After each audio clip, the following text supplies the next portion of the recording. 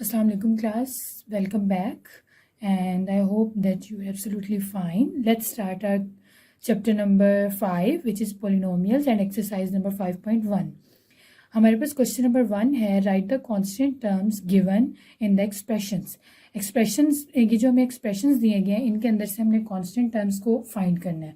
अच्छा, सबसे पहले हम देखते हैं कि एक्सप्रेशंस क्या होता है। एक्सप्रेशंस होता है कि कोई भी एक या दो टर्म्स को आप प्लस माइनस मल्टीप्लाई या डिवाइड के ज़रिए अगर उनको एक दूसरे के साथ ज्वाइन कर दो या इकट्ठा करके लिख दो तो उसको हम कहते हैं एक्सप्रेशन। जैसे आप ये देख सकते हैं, इसमें एक टर्म ये है, एक टर्म ये है, इन दोनों टर्म को मैंने प्लस के ज़रिए इकट्ठा करके लिख दी है, तो ये मेरे पास क्या बन गया, एक एक्सप्रेशन। चलें, अब हमने इसमें से बताना है कांस्टेंट टर्म्स। हमारे पास दो चीज़ें होती हैं, एक होती हैं कांस्टेंट टर्म्स और एक होते हैं कांस्टेंट्स।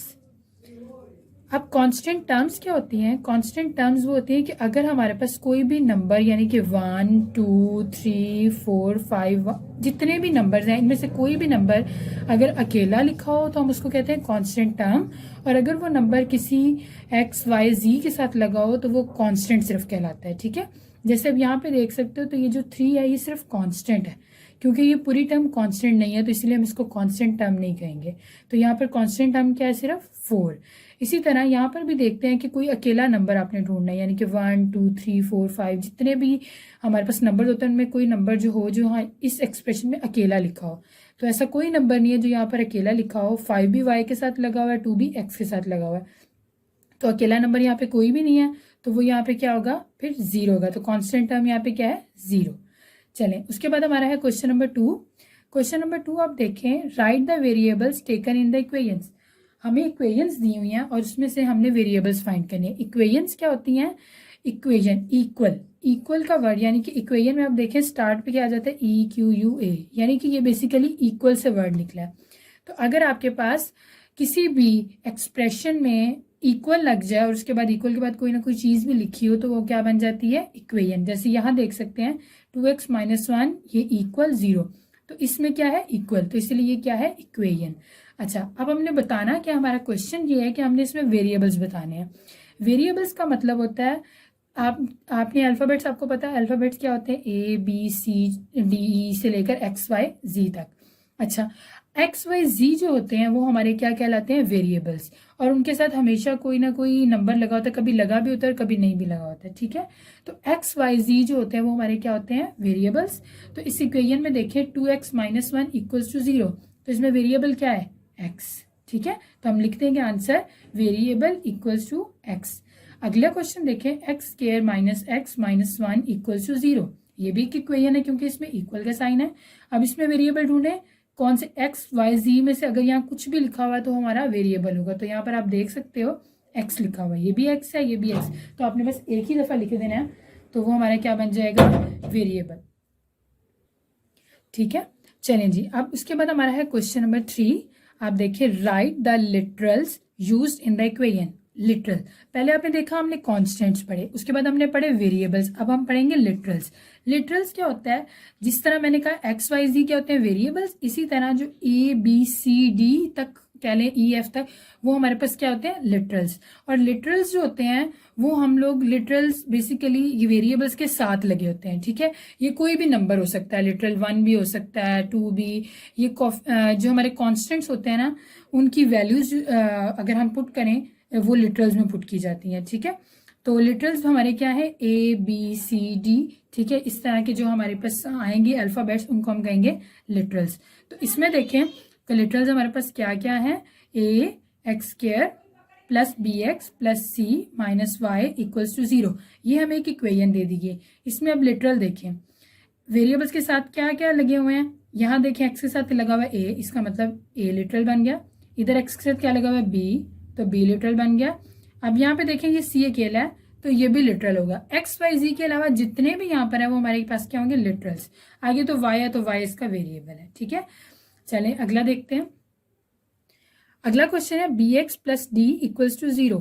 इसमें लिटरल्स बताएं, यहाँ पे देखें B और ये क्या है, D, तो लिटरल्स क्या हो गए, B और D। ठीक है, अच्छा, अब आपने क्या करना है, इस एक्सरसाइज की जो हमने किए हैं क्वेश्चन नंबर 1, 2 एंड 3, इसके जो बाकी के पार्ट्स हैं उनको अपने अपने बाइंडर्स पे अच्छी तरह से उनकी प्रैक्टिस करनी है और अपना ख्याल रखना है। ठीक है, चलिए ठीक है जी, अल्लाह हाफिज़ and thank you so much. अस्सलाम वालेकुम class, I hope that you are fine. तो this is our lecture number 4 and chapter number 5 polynomials and exercise is 5.1। पहले हमने क्वेश्चन नंबर 1, 2 और 3 किया था, अब हम क्वेश्चन नंबर 4 करेंगे।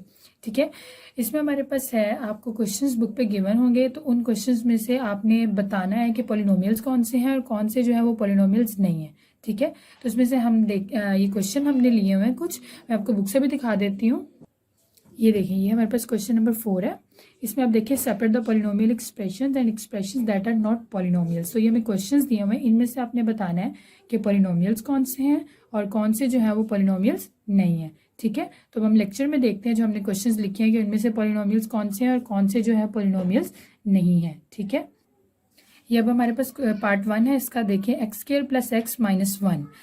पहले मैं आपको ये बता दूं कि पॉलिनोमियल्स क्या होते हैं। पॉलिनोमियल्स वो एक्सप्रेशंस होते हैं जिनकी जो पावर्स होती हैं या तो वो पॉजिटिव हो या ज़ीरो हो, यानी कि प्लस वाली पावर्स होनी चाहिए या फिर पावर ज़ीरो होनी चाहिए। यानी कि इसका मतलब है आपके पास कोई भी माइनस वाली पावर नहीं होनी चाहिए। अगर आपके पास माइनस वाली पावर होगी तो वो पॉलिनोमियल नहीं होगा। तो ये पहला क्वेश्चन देखिए, x² + x - 1। देखिए, इसकी पावर क्या है 2, इसकी पावर जिस पे कुछ नहीं है उसकी क्या है 1, तो इसकी सारी पावर्स क्या है पॉजिटिव। तो इसका मतलब है this is a polynomial expression because all the powers are positive. तो ये पॉलिनोमियल एक्सप्रेशन होगा क्योंकि इसकी सारी पावर्स क्या है पॉजिटिव। चलें, अब दूसरा क्वेश्चन देखें, x उसकी पावर है -2 + y + 7। तो क्या ये पॉलिनोमियल होगा?